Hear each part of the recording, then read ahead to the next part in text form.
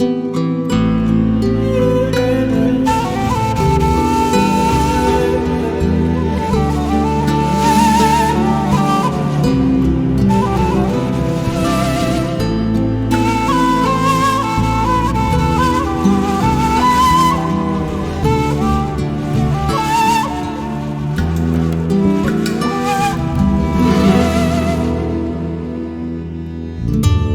bendeki sana olan hasretlik ne olacak?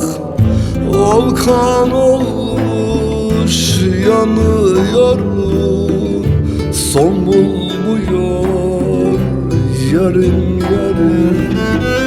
Hiç dinmiyor, sızılıyor yüreğimde yarım yarım.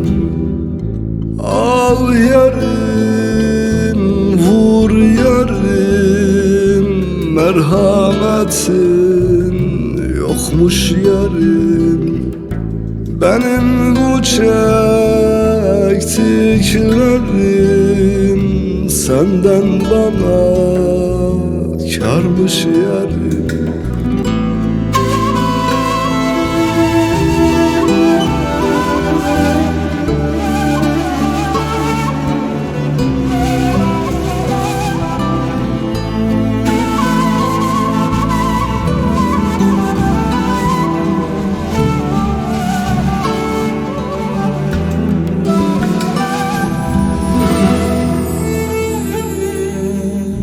Senden sonra hiç dinmedi içimdeki derin sızım.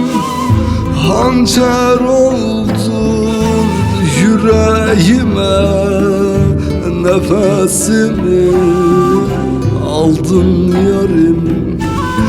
Bedenimde, her yerimde bir tek sen kaldın yarım. Al yarım, vur yarım, merhametin yokmuş yarım. Benim bu çektiklerim senden bana kârmış yarım.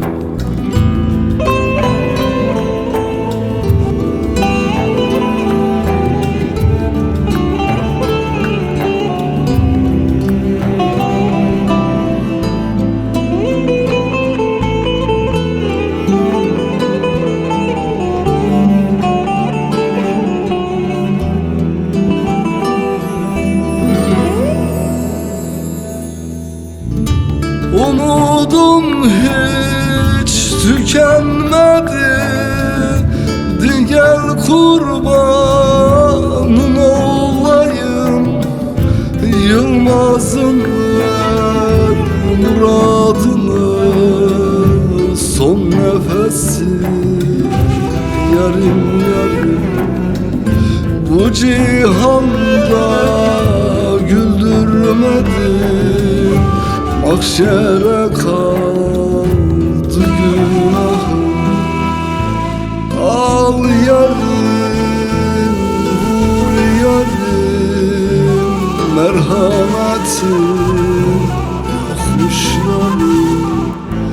Benim bu çektiklerim senden bana kârmış yarım.